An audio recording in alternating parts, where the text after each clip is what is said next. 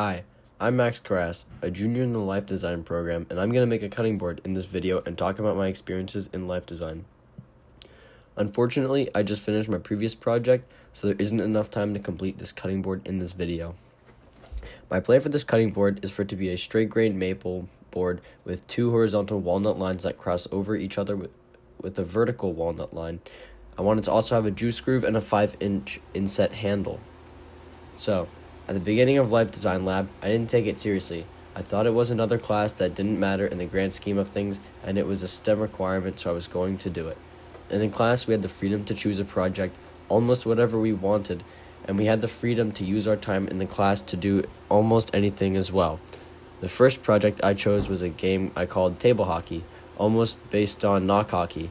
It was a hockey game where you and your friend would take turns hitting the ball into each other's net, but the twist on it was that the sticks were larger, the goals were larger, and the goalie was you.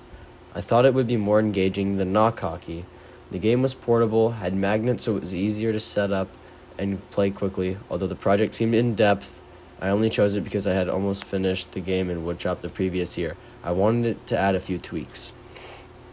Back to the cutting board. I went to the back of the shop to find pieces of wood. The first one was a good thickness but not enough material. The second one was almost perfect, and the third one had great grain, but the walnut was too thin. Until I found this nice piece of walnut. And these were the two pieces that I picked. And now to get measuring, transferring the dimensions, then cutting them a little too large because there's more work to be done.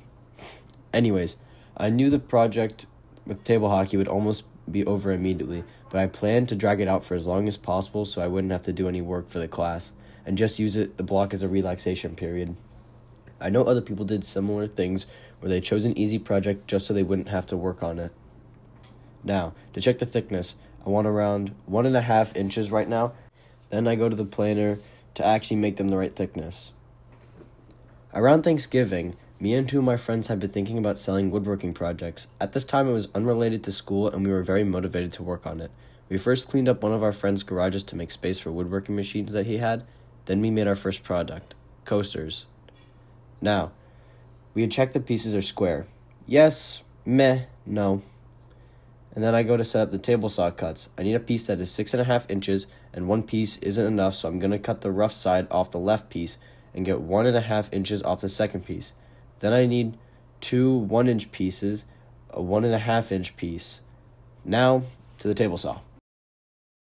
Around that time of the business, I was losing interest in my table hockey game, so I switched my life design project to be the woodworking business, mainly because I was concerned that my grade would drop if I continued doing almost nothing in class.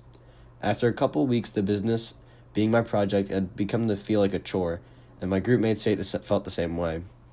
I wondered what made my business any different from when versus when it wasn't a school project. Now, back to more measuring than the miter saw. Nearing the end of the year, I continued to think about why I felt differently about schoolwork versus my hobbies, even when one of my projects was something I enjoyed a lot. I wasn't able to understand why, but it was an interesting observation. Now, all my cuts are going well up until this one. I went to check the measurement on it, then paused. Then I went to go check the other ones. Then I checked again, and I remembered I just cut the same piece already. Moving on, I put down the measurements for the next cuts, ending the first out of the 2 days working on the cutting board. Day 2 now, and one walnut piece will be cut at 18 inches. The other two need to be cut shorter for the illusion of the walnut strips crossing over. In my classes, I went through the motions. I got good grades and listened to my teachers. Of course, I cared about my classes, but it was mostly because of the grade I would get, not the fact that I was supposed to be learning something important for my future. In hobbies, I was able to excel and learn quickly because I cared more, even though some of my hobbies wouldn't contribute to my future, but education from school would. I thought that sounded backwards, but I ignored it. Now I made extra sure the measurements are right this time. This is what I have now. I need to cut this maple strip for pieces for these gaps, then get both pieces of maple to the right size. Going into junior year, college applications were coming around and I began to think about my future more so than I had before. And I thought about what I wanted to do for a career and how my education would help me achieve my goals after I would complete college. I thought about many things, but I landed on engineering, although I tended to change my mind often. I liked working with my hands, woodworking, tinkering, and other things, so I thought mechanical engineering would be a good fit. Now I'm almost done, but next is the glue up.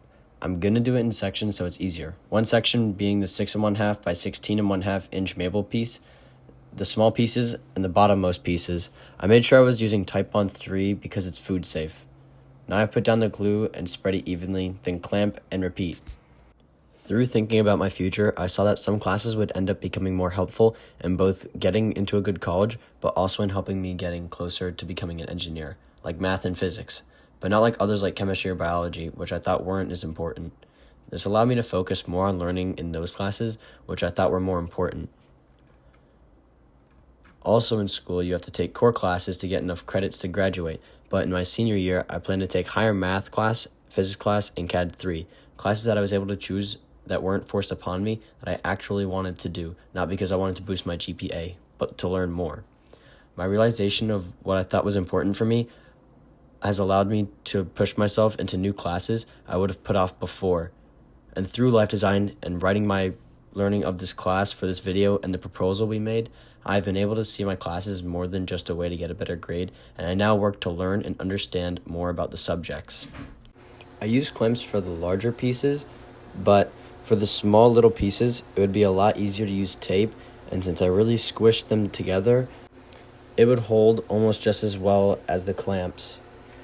Unfortunately, this is all I had time to do, and I apologize for not completing the cutting board, but I hope you enjoyed the process of making it up to the glue up.